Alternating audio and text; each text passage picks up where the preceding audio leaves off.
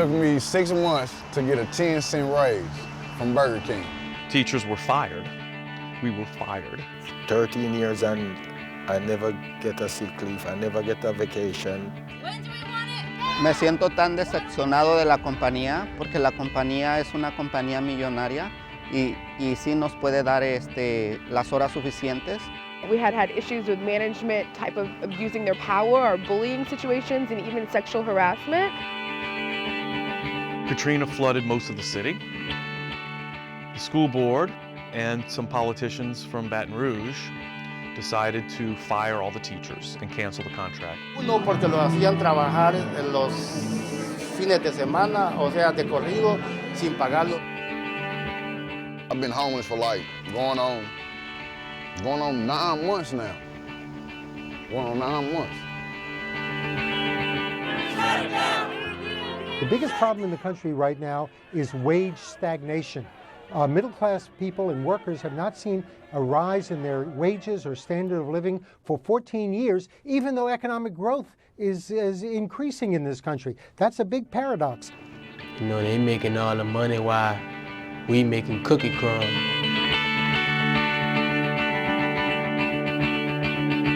Al principio la gente se sentía asustada, no querían estar con nosotros, pero a lot of cab drivers said this couldn't never be done.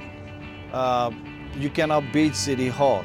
I made a decision a while ago that I didn't want to just base my work life on fear. Individually, you cannot fight corporations. If you organize, you could do it. Somebody have to step up, you know. We have to take this chance.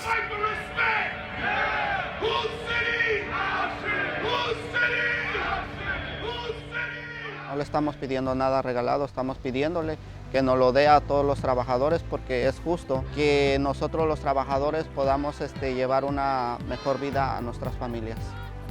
people don't stop being workers when they go home. People don't stop being community when they start coming to work.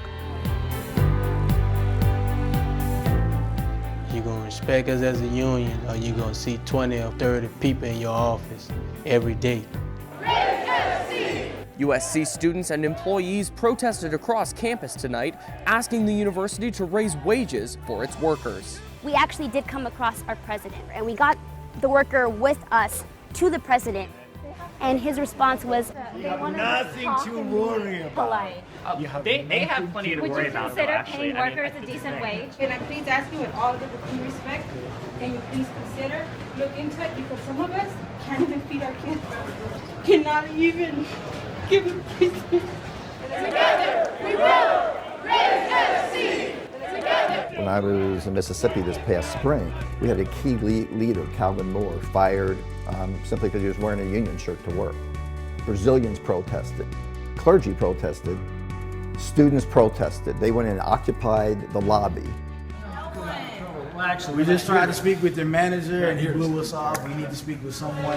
Don't let nobody turn me around. Keep on walking, keep on talking, marching to freedom land. And when they did, Calvin Moore was reinstated by Nissan with full back pay. It was the students, the Brazilians, and the clergy that got Calvin his job back. A group of workers who are really led by a woman named Ana Rosa Diaz. She's a guest worker from northern Mexico, working 17-hour shifts per day. She and her coworkers did a 24-hour vigil and hunger strike in front of one of the Walmart board members' high-rise apartment buildings in New York City. Then did go on strike, and as a result, were able to push Walmart to cancel their contract with the employer. They later won, hundreds of thousands of dollars in back wages. Right now, we have about 28 union car washes. Sobre equipos de seguridad, pues sí, nos dan mascarillas, nos proveen de guantes, nos proveen de mandriles. Tenemos bastante seguridad ahora. Tenemos casi todo el equipo. I'm really proud to say that every single Verizon wireless store in Brooklyn is a union store. The thing that hooked me was the understanding that to be a writer And to be a freelance writer didn't have to mean constant insecurity. Un tiempo ya de estar acá en la Unión, vamos a tener semanas de vacación, días de enfermedades, seguro médico. We will be the first charter school in New Orleans, in this mostly charter school district now, with a contract.